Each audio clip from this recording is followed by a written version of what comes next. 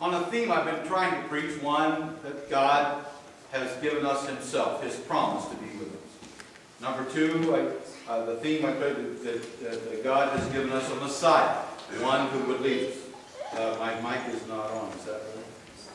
Can you even tell? Testing 1, 2, 3, there you go. And the third theme today is going to be Savior. Savior is different than Messiah. Savior is one who saves us from ourselves, from sin, but saves us. Messiah, for me, is an outward and visible thing. We have this Savior, this Jesus, who leads us and speaks on our behalf and encourages us. For me, the word Savior is a little deeper. It's the inward, spiritual part of who Jesus is. John came preaching and baptizing. We talked a little bit about that last week.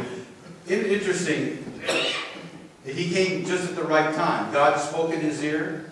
It was the right time, God's time, to do what God had promised. And God was now going to do a new thing in the life of the church. And yet they didn't quite get it. Who is this guy? Who does he think he is?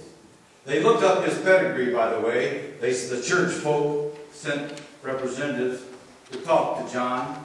Just who are you?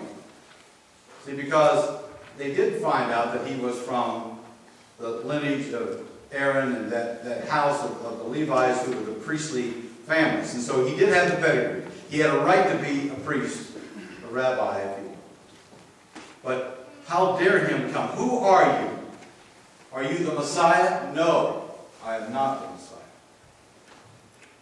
Are you Elijah? No, I am not Elijah. For you see, they were expecting Elijah to come, to begin to separate the sheep from the goat, the good from the bad, and that then the Messiah would come and speak to the good.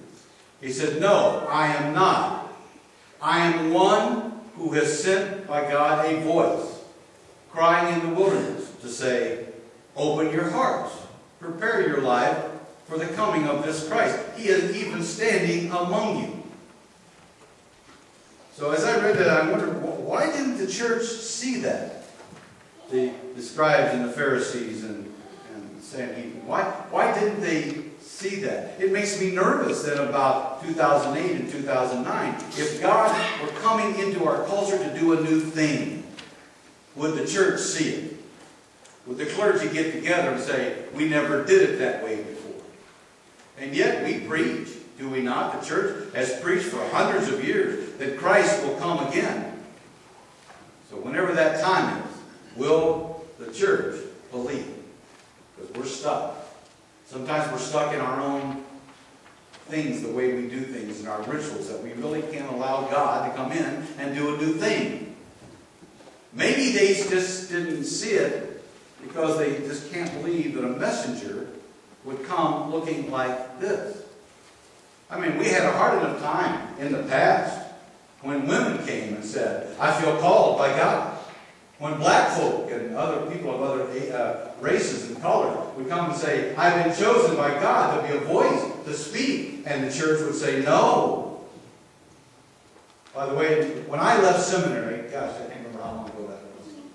When I left seminary years ago, 50% of the clergy there being trained were women. Someone said, what is the church coming to? We're going to be overrun by these women. Some Asians and Hispanics, feeling called by God to preach the word, to make straight the road, that people may know this Christ. He said, I am not the light, John said. I am only a witness to the light. This light of Christ. That he is the Savior, more than just a name in the book. And so would the church say, we are the Christ? No, we are the church. We are a voice. We are a witness of the light by the way in which we live. I wonder why, in reading this passage also, that they couldn't see that Christ was in their midst. And the only thing I could determine at times in my own circle of friendships and family and so forth, there are some people who have just lived in the dark for so long that they don't understand the light. They don't appreciate the light. It blinds them. They've just gotten used to it. It's not going to get any better than this. People have chewed you up and spit you out and called you all kinds of things your whole life and put you down your entire life. And that's just the way life is. And someone comes along and says, no, that's not the way life is. God values you. You are important to God. You are a creature I have created. I love you. I made you for a reason and a purpose. Don't listen to these other people. Don't listen to the people in the dark. Open your heart and let that light come in.